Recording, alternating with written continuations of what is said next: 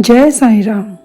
साईं बाबा की आज्ञा से मैं साईं सच्चरित्र का अध्याय 28 आरंभ करती हूँ। श्री साईं अनंत है। वे एक चींटी से लेकर ब्रह्मांड पर्यंत सर्वभूतों में व्याप्त हैं।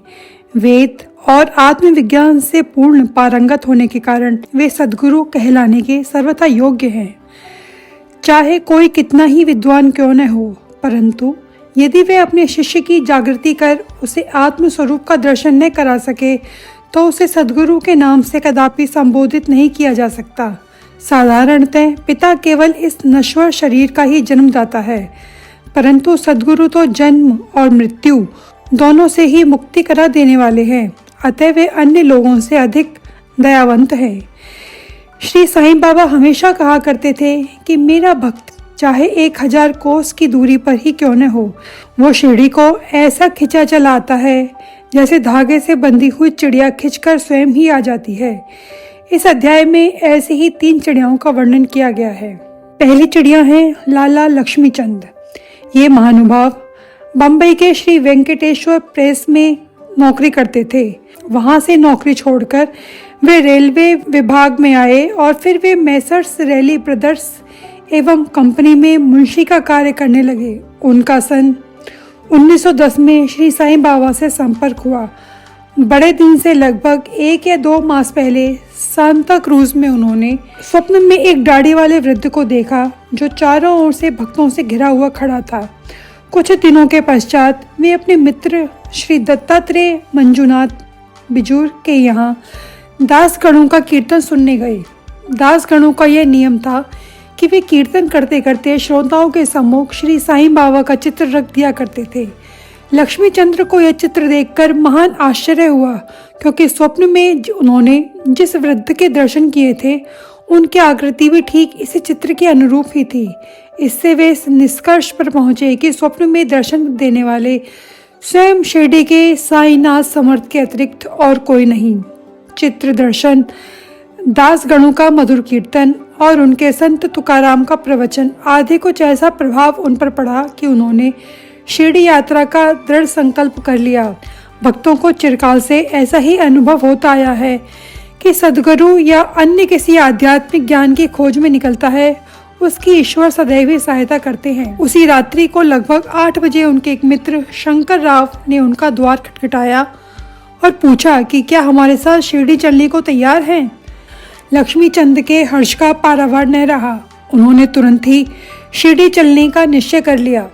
एक मारवाड़ी से 15 रुपए उधार लेकर तथा अन्य आवश्यक प्रबंध कर उन्होंने शिरडी को प्रस्थान कर दिया। रेलगाड़ी में उन्होंने अपने मित्र के साथ कुछ देर भजन भी किया। उसी डिब्बे में 4 यवन यात्री भी बैठे थे जो शिरडी के समीप ही अपने अपने घरों को लौट रहे थे। लक्ष्मीचंद ने उन लोगों से श्री साईं बाबा के संबंध में कुछ पूछताछ की। तब लोगों ने उन्हें बताया कि साईं बाबा शिरडी में अनेक वर्षों से निवास कर रहे हैं और वे एक पहुंचे हुए संत हैं। जब वे कोपर गांव पहुंचे तो बाबा को भेंट देने के लिए कुछ अमरूद खरीदने का उन्होंने विचार किया। वे वहां के प्राकृतिक सौंदर्य में दृश्य देखने में ऐसे तल्लीन हुए कि उन्हें अमरूद लेने की सुध ही न रही। परंतु जब वे शिरडी के समीप आए तो यकायक उन्हें अमरूद खरीदने की स्मृति हो आई। इसी बीच उन्होंने देखा कि एक वृद्धा टोकरी में अमरूद लिए तांगे के पीछे पीछे दौड़ती चली आ रही है। ये देखकर उन्होंने तांगा रुकवाया और उनमें से कुछ बढ़िया अमरूद खरीद लिए। तब वह वृद्धा उनसे कहने लगी कि कृपा करके ये शेष अमरूद भी मेरी ओर से बाबा को भेंट कर देना। ये सुनकर तत्क्षण ही उन्होंने विचार हो आया कि मैंने अमरूद खरीदने की जो इच्छा पहले की थी और जिसे मैं भूल गया था, उसी के इस वृद्धा ने पुनः स्मृति करा दी। श्री साईं बाबा के प्रति उसकी भक्ति देखकर वे बड़े चकित हुए। लक्ष्मीचंद ने यह सोचकर कि हो सकता है कि स्वप्न में जिस वृद्ध के दर्शन किए थे उनकी कोई रिश्तेदार हो, वे आगे बढ़े। शिरडी के समीप पहुंचने पर उन्हें दूर से ही मस्जिद में फहराती ध्वजाएं दिखाई दी, जिन्हें देखकर प्रणाम कर अपने हाथ में पूजन सामग्री लेकर वे मस्जिद पहुंचे और बाबा का यथाविधि पूजन कर वे द्रवित हो गए। उनके दर्शन कर वे अत्यंत आनंदित हुए और उनके शीतल चरणों से ऐसे लिपटे जैसे एक मधुमक्खी कमल के मकरंद की सुगंध से मुग्ध होकर उससे लिपट जाती है। तब बाबा ने उनसे जो कुछ कहा उसका वर्णन हेमांड पंत ने अपने मूल ग्रंथ में इस प्रकार किया है। साले रास्ते में भजन करते और दूसरे आदमी से पूछते, दूसरे से क्या पूछना, सब कुछ अपनी आंखों से देखना, काहे को दूसरे आदमी से पूछना, सपना क्या झूठा है या सच्चा, कर लो अपना विचार आप। मारवाड़ी से उधार लेने की क्या जरूरत थी, हुई क्या मुराद पूरी। ये शब्द सुनकर उनकी सर्वव्यापकता पर लक्ष्मीचंद को बड़ा अचंभा हुआ। वे बड़े लज्जित हुए कि घर से शिरडी तक मार्ग में जो कुछ हुआ उसका उन्हें सब पता है। इससे विशेष ध्यान देने योग्य बात केवल यही है कि बाबा ये नहीं चाहते थे कि उनके दर्शन के लिए कर्ज लिया जाए या तीर्थ यात्रा में छुट्टी मनाएं। दोपहर के समय जब लक्ष्मीचंद भोजन को बैठे तो उन्हें एक भक्त ने सांझे का प्रसाद ला कर दिया, जिसे पाकर वे बड़े प्रसन्न हुए। दूसरे दिन भी वे सांझे की आशा लगाए बैठे थे, परंतु किसी भक्त ने वह प्रसाद न दिया जिसके लिए वे अति उत्सुक थे। तीसरे दिन दोपहर की आरती पर बाबू साहब जोग ने बाबा से पूछा कि नैवेद्य के लिए क्या बनाया जाए। तब बाबा ने उनसे सांझा बनाने को कहा। भक्तगण 2 बड़े बर्तनों में सांझा भर कर ले आए और लक्ष्मीचंद को भूख भी अधिक लगी थी, साथ ही उसकी पीठ में दर्द भी था। बाबा ने लक्ष्मीचंद से कहा, तुमको भूख लगी है, अच्छा हुआ, कमर में दर्द भी है, लो अब सांझे की ही करो दवा। उन्हें पुनः अचंभा हुआ कि मेरे मन के समस्त विचारों को उन्होंने जान लिया, वस्तुतः वे सर्वज्ञ हैं। इसी यात्रा में एक बार उनको चावड़ी का जुलूस देखने का भी सौभाग्य प्राप्त हो गया। एक दिन बाबा कफ से अधिक पीड़ित थे। उन्हें विचार आया कि इस कफ का कारण शायद किसी की नजर लगी हो। दूसरे दिन प्रातःकाल जब बाबा मस्जिद को गए तो श्यामा से कहने लगे कि कल जो मुझे कफ से पीड़ा हो रही थी उसका मुख्य कारण किसी की कुदृष्टि ही है। मुझे तो ऐसा प्रतीत होता है कि किसी की नजर लग गई है, इसलिए पीड़ा मुझे हुई। लक्ष्मीचंद के मन में जो विचार उठ रहे थे वही बाबा ने भी कह दिए। बाबा की सर्वज्ञता के अनेक प्रमाण तथा भक्तों के प्रति उनका स्नेह देखकर लक्ष्मीचंद बाबा के चरणों पर गिर पड़े और कहने लगे, आपके प्रिय दर्शन से मेरे चित्त को बड़ी प्रसन्नता हुई। मेरा मन मधुप आपके चरण कमलों और भजनों में ही लगा रहे, इसके अतिरिक्त भी अन्य कोई ईश्वर है मुझे ज्ञान नहीं।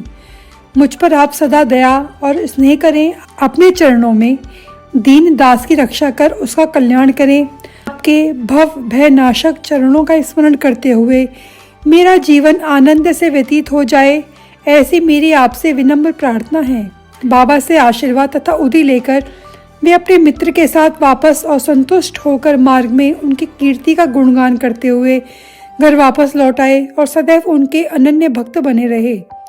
शिरडी जाने वालों के हाथ में उनको हार, कपूर और दक्षिणा भेजा करते थे। अब हम दूसरी चिड़िया का वर्णन करेंगे। एक दिन बुरहानपुर में एक महिला ने स्वप्न में देखा कि श्री साईं बाबा उनके द्वार पर खड़े भोजन के लिए खिचड़ी मांग रहे हैं। उसने उठकर देखा तो द्वार पर कोई भी नहीं था। फिर भी वह प्रसन्न हुई और उसने एक स्वप्न अपने पति तथा अन्य लोगों को सुनाया। उसका पति डाक विभाग में नौकरी करता था। वे दोनों ही बड़े धार्मिक थे। जब उसका स्थानांतरण अंकोला को हुआ तो दोनों ने शिरडी जाने का भी निश्चय किया और एक शुभ दिन उन्होंने शिरडी को प्रस्थान कर दिया। मार्ग में गोमती तीर्थ पर होकर वे शिरडी पहुंचे और वहां 2 माह तक ठहरे। प्रतिदिन वे मस्जिद जाते और बाबा का पूजन कर आनंद से अपना समय व्यतीत करते थे। यद्यपि दंपति खिचड़ी का नैवेद्य भेंट करने को ही आए थे, परंतु किसी कारण उन्हें 14 दिन तक ऐसा सहयोग प्राप्त न हो सका।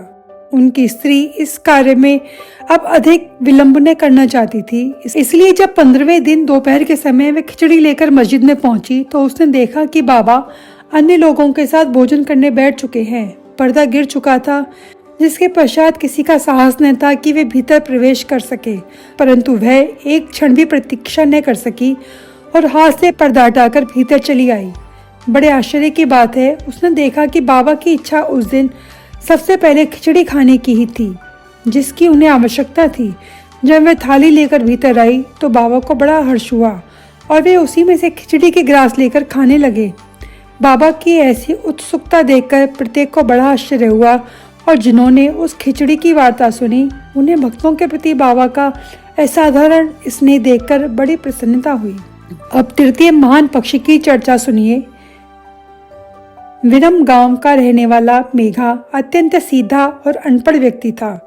वह राव बहादुर साठे के यहाँ रसोई का काम किया करता था और शिवजी का परम भक्त था और सदैव पंचाक्षरी मंत्र नमः शिवाय का जाप किया करता था। संध्योपासना आदि का भी उसे कुछ ज्ञान न था, यहाँ तक कि वह संध्या के मूल गायत्री को भी नहीं जानता था। राव बहादुर साठे का उस पर अत्यधिक स्नेह था, इसलिए उन्होंने उसे संध्या की विधि तथा गायत्री मंत्र सिखला दिया। साठे साहब ने भी श्री साईं बाबा को शिवजी का साक्षात अवतार बताकर उसे शिरडी भेजने का निश्चय किया, किंतु साठे साहब से पूछने पर उन्होंने बताया कि साईं बाबा तो यवन है, इसलिए मेघा ने सोचा कि शिरडी में एक यवन को प्रणाम करना पड़े। ये अच्छी बात नहीं।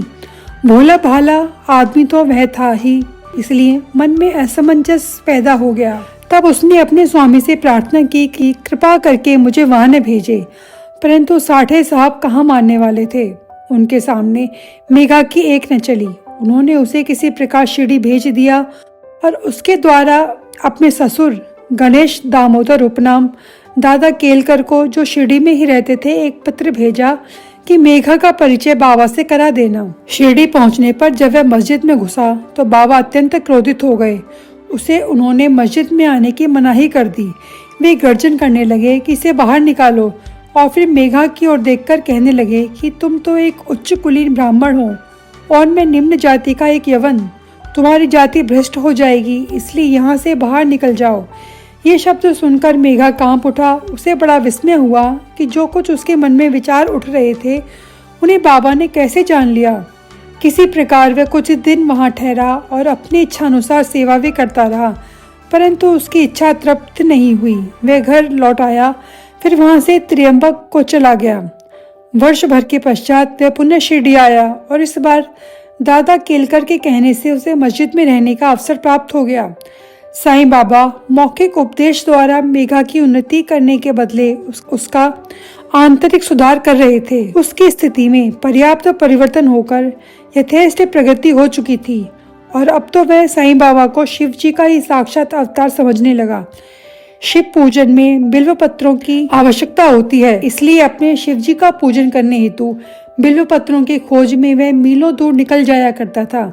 प्रतिदिन उसने ऐसा नियम बना लिया था कि गांव में जितने भी देवालय थे प्रथम वहां जाकर उनका पूजन करता और इसके पश्चात ही वह मस्जिद में बाबा को प्रणाम करता और कुछ देर चरण सेवा करने के पश्चात ही चरणामृत पान करता था। एक बार ऐसा हुआ कि खंडोवा के मंदिर का द्वार बंद था, इस कारण वह बिना पूजन किए वहां से लौट आया और जब वह मस्जिद में आया तो बाबा ने उसकी सेवा स्वीकार न की तथा उसे पुनः वहां जाकर पूजन कराने को कहा और उन्होंने बताया कि अब मंदिर के द्वार खुल गए हैं। मेघा ने जाकर देखा तो सचमुच ही मंदिर के द्वार खुले हुए थे।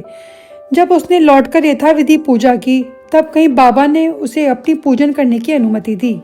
एक बार मकर संक्रांति के अवसर पर मेघा ने विचार किया कि बाबा को चंदन का लेप करूं तथा गंगा जल से उन्हें स्नान कराऊं। बाबा ने पहले तो इसके लिए अपनी स्वीकृति न दी, परंतु उसकी लगातार प्रार्थना के उपरांत उन्होंने किसी प्रकार स्वीकार कर लिया कि गोदावरी नदी का पवित्र जल लाने के लिए मेघा को 8 कोस का चक्कर लगाना पड़ा। जब वह जल लेकर लौट आया और दोपहर तक पूर्ण व्यवस्था कर ली तब उसने बाबा को तैयार होने की सूचना दी। बाबा ने पुनः मेघा से अनुरोध किया, मुझे इस झंझट से दूर ही रहने दो, मैं तो एक फकीर हूँ, मुझे गंगा जल से क्या प्रयोजन।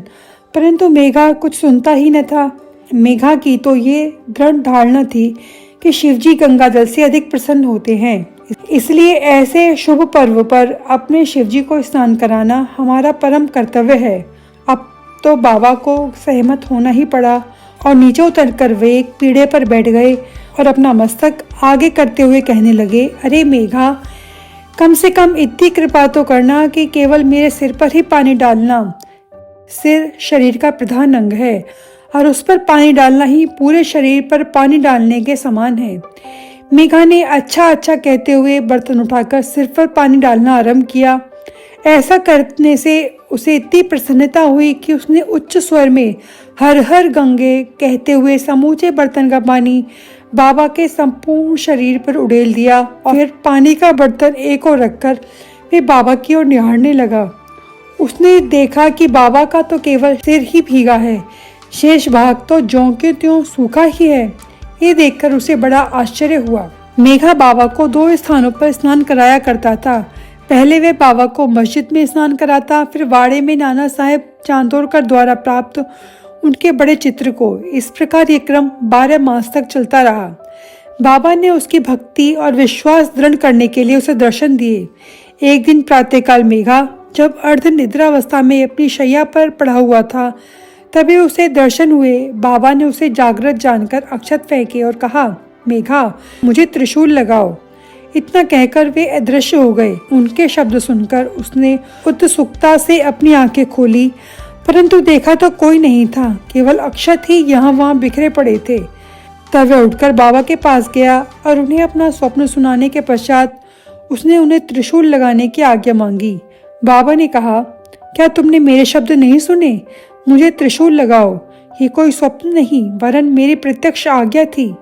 मेरे शब्द सदैव अर्थपूर्ण होते हैं, थोथे पोचे नहीं। मेघा कहने लगा कि आपने दया कर मुझे निद्रा से तो जागृत कर दिया, परंतु सभी द्वार पूर्ववत ही बंद देखकर मैं मूढ़मती भ्रमित हो उठा हूँ कि कहीं स्वप्न तो नहीं देख रहा था। बाबा ने आगे कहा कि मुझे प्रवेश करने के लिए किसी द्वार की आवश्यकता नहीं, न मेरा कोई रूप ही है और न ही कोई अंत। मैं सदैव सर्वभूतों में व्याप्त हूँ। जो मुझ पर विश्वास रखकर सतत मेरा ही चिंतन करता है, उसके सब कार्य मैं स्वयं ही करता हूँ और अंत में इष्ट गति देता हूँ। मेघा वाड़े में ही लौट आया और बाबा के चित्र के समीप ही उस दीवार पर एक लाल त्रिशूल खींच दिया। दूसरे दिन एक रामदासी भक्त पुणे से आए। उसने बाबा को प्रणाम कर शंकर की एक पिंडी भेंट की। उसी समय मेघा भी वहां पहुंचे। तब बाबा उनसे कहने लगे कि देखो, शंकर भोले आ गए हैं, अब उन्हें संभालो। मेघा ने पिंडी पर त्रिशूल लगा देखा तो उसे महान विस्मय हुआ। वह वाड़े में आया। उस समय काका साहेब दीक्षित स्नान के पश्चात सिर पर तौलिया डाले साईं नाम का जाप कर रहे थे। तभी उन्होंने ध्यान में एक पिंडी देखी, जिससे उन्हें कौतूहल सा हो गया। उन्होंने सामने से मेघा को आते देखा। मेघा ने बाबा द्वारा प्रदत्त वह पिंडी काका साहेब दीक्षित को दिखाई। पिंडी ठीक वैसी ही थी जैसे कि उन्होंने कुछ घड़ी पूर्व ध्यान में देखी थी। कुछ दिनों में जब त्रिशूल का खिंचना पूर्ण हो गया, तब बाबा ने बड़े चित्र के पास ही उस पिंडी की स्थापना कर दी। मेघा को शिव पूजन से बड़ा प्रेम था। त्रिपुंड खींचने का अवसर देकर वह पिंडी की स्थापना कर बाबा ने उसका विश्वास दृढ़ कर दिया। इस प्रकार कई वर्षों तक लगातार दोपहर तथा संध्या को नियमित आरती तथा पूजन कर सन 1912 में मेघा परलोकवासी हो गया। बाबा ने उसके मृत शरीर पर अपना हाथ फेरते हुए कहा कि ये मेरा सच्चा भक्त था। फिर बाबा ने अपने ही खर्चे से उसका मृत्यु भोज ब्राह्मणों को दिए जाने की आज्ञा दी, जिसका पालन काका साहेब दीक्षित ने किया। अध्याय समाप्त। साईनाथ महाराज की जय।